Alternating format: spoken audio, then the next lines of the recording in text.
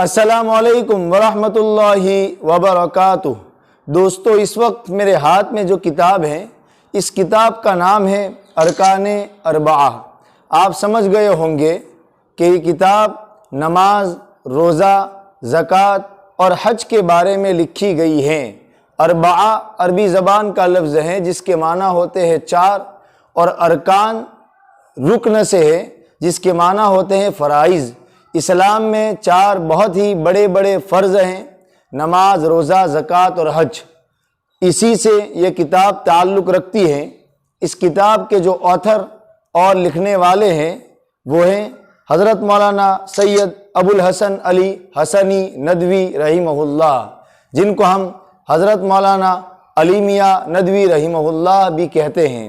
ان کی کتابوں میں سے یہ بہت ہی مایہ ناز اور بہت ہی بہترین کتاب ہے۔ اس کتاب میں انہوں نے کیا کیا لکھا ہے؟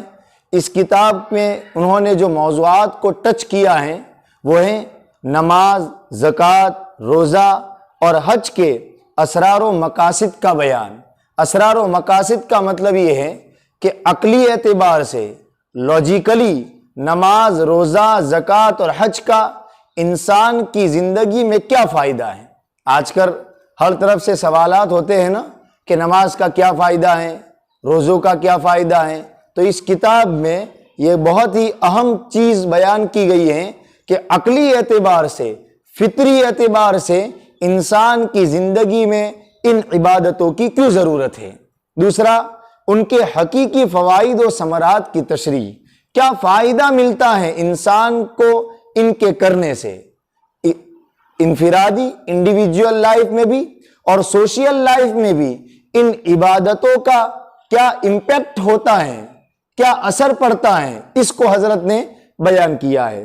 انسانی زندگی پر ان کے اثرات و نتائج کا جائزہ، اور ایک بہت ہی اہم بات، عیسائیت، یہودیت نیز ہندو مذہب کے ساتھ ان کا تقابلی مطالعہ، یعنی کمپیریٹیو سٹڈیز، تقابلی مطالعہ جس کو ہم کہتے ہیں کہ نماز اسلام میں ہے تو ہندو مت میں نماز کی کیا شکل ہے، یہودیت میں نماز کی کیا شکل ہے، عیسائیت میں نماز کی کیا شکل ہے، اور ان مذاہب میں، ان ریلیجین میں جو نماز کی شکلیں ہیں وہ کتنی ادھوری ہیں، اور اسلام میں جو نماز کا طریقہ ہے وہ کتنا پرفیکٹ، سمپل اور نیچرل ہے۔ یہ نماز کی بات ہو گئی۔ اسی طریقے سے روزے کو، زکوٰۃ کو اور حج کو بھی اسی تحت بیان کیا ہے۔ نیز قرآن کریم میں ان عبادتوں کے متعلق جو آیات ہیں، ان آیات کو بھی حضرت مولانا نے بیان کیا ہے، اور ان کے چھوڑنے پر جو وعیدیں ہیں ان کو بھی بیان کیا ہے۔ اللہ کے نبی علیہ السلام نے ان عبادتوں کے بارے میں جو فضائل بیان کیے ہیں اس کو بھی ذکر کیا ہے، اور چھوڑنے پر جو وعیدیں بیان کی ہے اس کو بھی ذکر کیا ہے، اور چھوڑنے سے کیا کیا نقصانات ہوتے ہیں انسانی زندگی میں، ان عبادتوں کے چھوڑنے سے صرف اخروی نہیں، دنیاوی بھی کیا کیا نقصانات ہوتے ہیں۔ تو فوائد کو بھی بیان کیا ہے، کرنے کے اور نہ کرنے کے نقصانات کو بھی بیان کیا ہے۔ ان شارٹ یہ ہے کہ یہ کتاب اپنے ٹاپک پر بہت ہی منفرد اور انوکھی ہے۔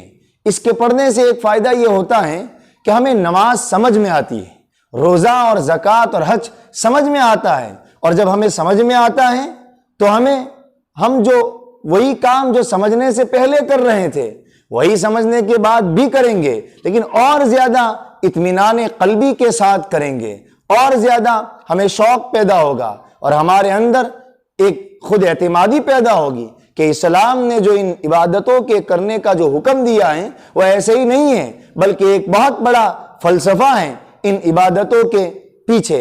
بہرحال ہم میں سے جو لوگ اردو جان سکتے ہیں، پڑھ سکتے ہیں، ان کو چاہیے کہ وہ اس کتاب کو، 360 صفحے کی یہ کتاب ہے، نام ہے ارکان اربعہ، اس کو ہم خریدیں، اور خریدنے کے بعد ہم روزانہ کے اگر آن این ایوریج 12 سے 15 صفحے بھی، پیجز بھی پڑھیں گے تو انشاءاللہ 1.5 سے 2 مہینے میں یہ کتاب ہماری پوری ہو جائے گی۔ ہم کتنی کتابیں پڑھ سکتے ہیں جو ہم نہیں پڑھتے، جس کی وجہ سے ہم خود اسلام کو نہیں جانتے، تو دشمن ہمیں مس گائیڈ کر رہا ہے۔ یہ کتاب چھپی ہوئی ہے مجلس تحقیقات و نشریات اسلام لکھنؤ سے۔ میرا خیال ہے کہ یہ کتاب دیوبند، لکھنؤ وغیرہ کے جو کتب خانے ہیں ان میں مل سکتی ہے۔ السلام علیکم ورحمۃ اللہ وبرکاتہ۔